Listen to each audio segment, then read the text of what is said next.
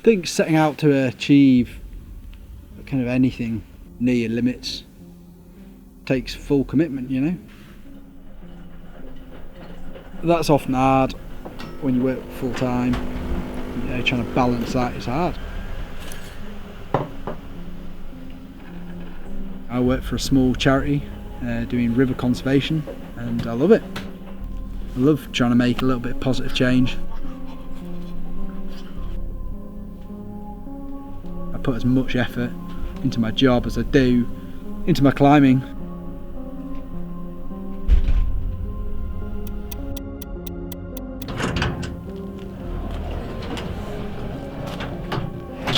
In the mornings and when I get back, I try and squeeze in as much climbing and training as I can. Key to have something super close or local or easy to do, to be able to train in a good environment. And having a home board is so useful, especially when you squeeze your time. I've been bouldering for over 10 years. I love UK climbing, absolutely love it. I set out to do five boulders which I thought represented some of the best climbing in the UK. I didn't quite anticipate how long or how much effort it would take to try and do them all. Working full time, it's hard to get them done. You know, we've got a small window of opportunity. It rains a lot in the UK. You've got 2 out of 7 days to get these things done. More often than not, you can't even get on them just because of, you know, bad conditions, etc. It's hard and it's stressful, you know, really stressful, and you make stupid decisions about getting on things in like bad conditions. I did that all the time on Voyager. If you want to climb hard in the UK, you've got to be pretty willing to drive far. I would drive 2 hours from my house. I had 18 sessions in total. Well, 18 times I turned up to the crag. A lot of those times are totally terrible conditions, but I'd still get really close.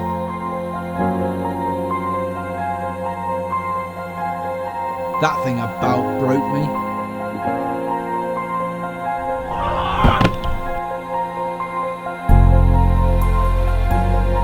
I questioned myself a lot whether I could do that thing.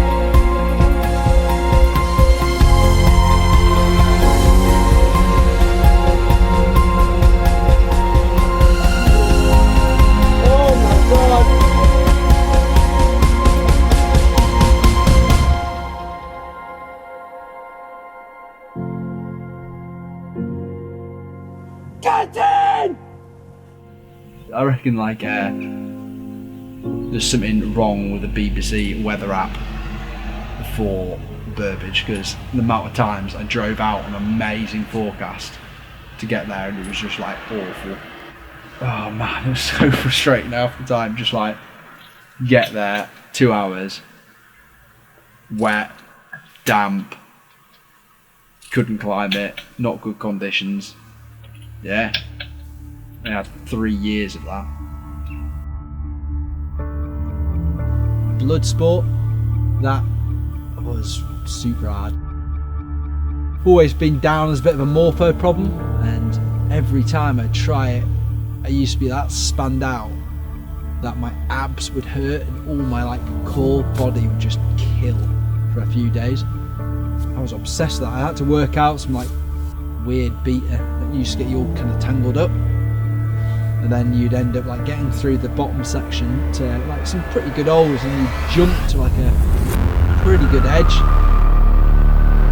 Okay, there's a bit of a ledge on the side of it. Sometimes you took a pretty awful fall, and I just basically took all the skin off the side of my head. That was pretty funny.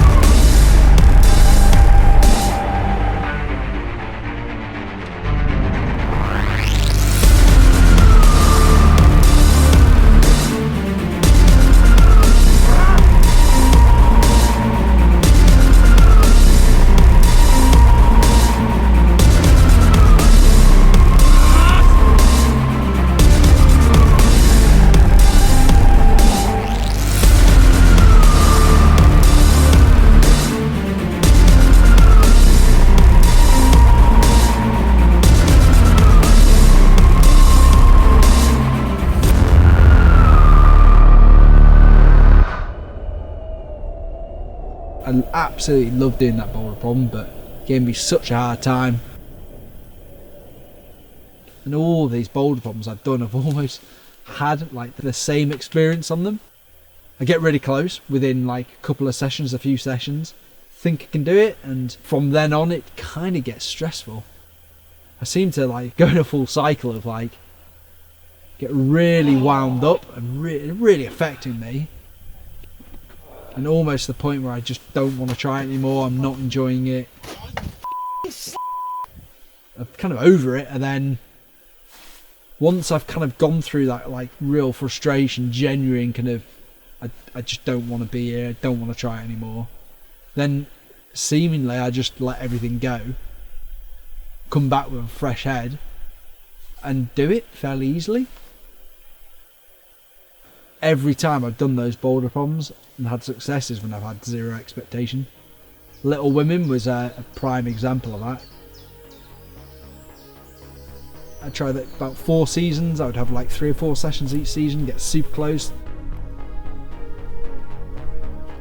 It's like a move to this pinch, a really like hard dead point, and I fell off there probably 7 times in a session, just trying to hit it, and I pull on and do it again and hit it.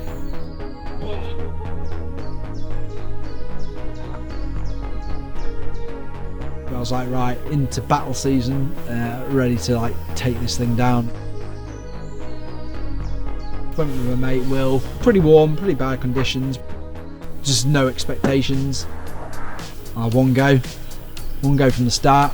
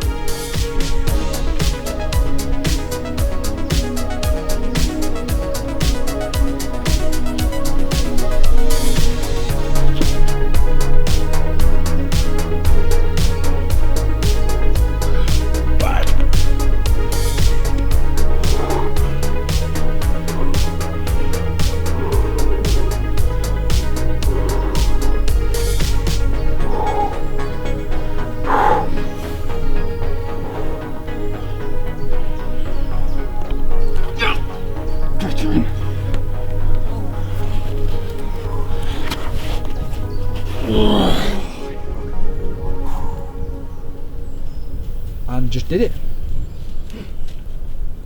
I wasn't expecting to even get through this. I was just doing it to try the start, and yeah.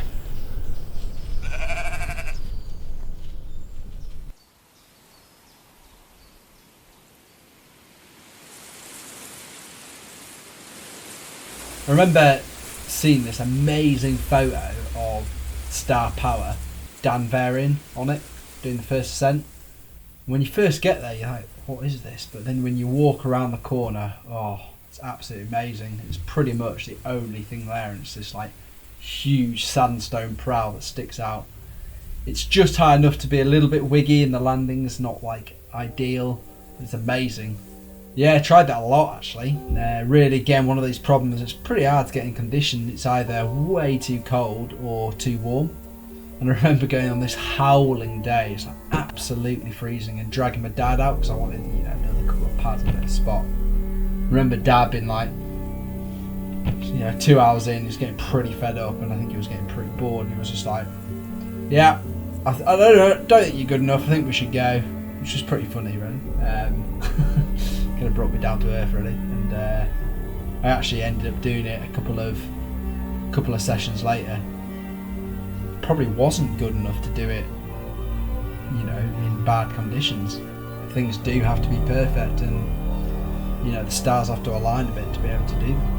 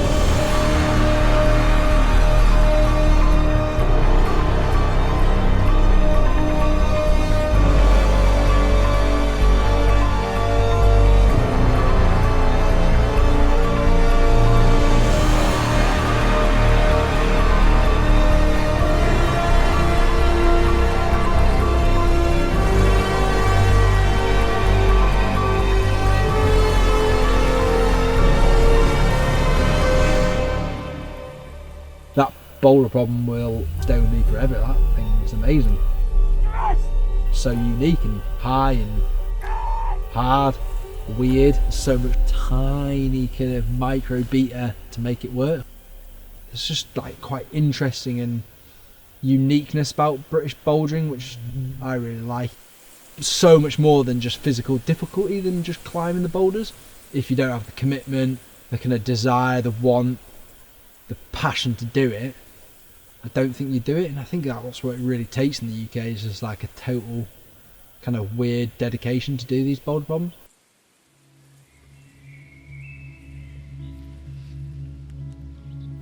I went down to Kylo and we just went kind of for a day trip.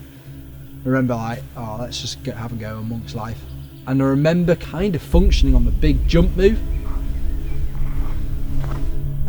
and thinking, I could do this. Generally think I can do this thing. It all revolved around just latching that jump. And I remember the first time I did that jump, it was that big for me that it used to crack my sternum. It'd be really painful. Literally from like session 3 to 8, so I had 8 sessions on it. I felt like I could do it like any go.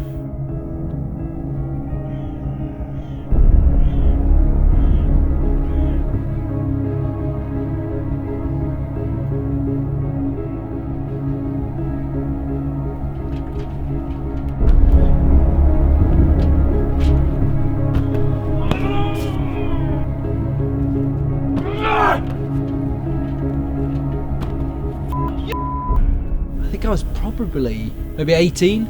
I was with one of my good climbing mates, Ben, who I climb a lot with, and I was like, do you reckon we'll ever climb B14? Or do you reckon we'll ever be able to do Monk's Life or something like that?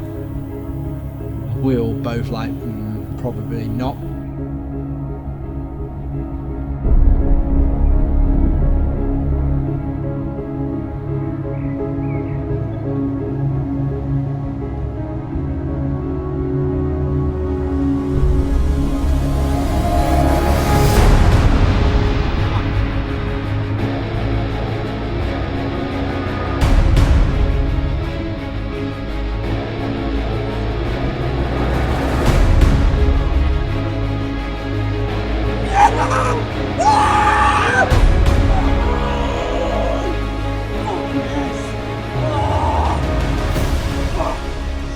years later, we both did it within 3 months.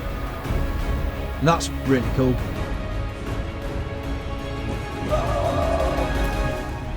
And it's kind of cool to be able to repeat something that you know, these people that you've looked up to and thought, I'll never ever be able to do anything as hard as they've ever done, and then doing it. It's kind of weird. It's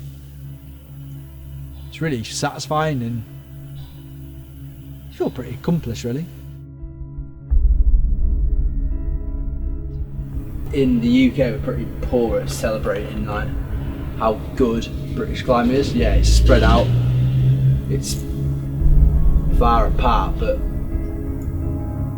there's some flipping awesome blocks, and I guess that's what I kind of set out to do with this film, is like just highlight amazing British boulders, really, and give a bit of backstory to what it takes to get them done.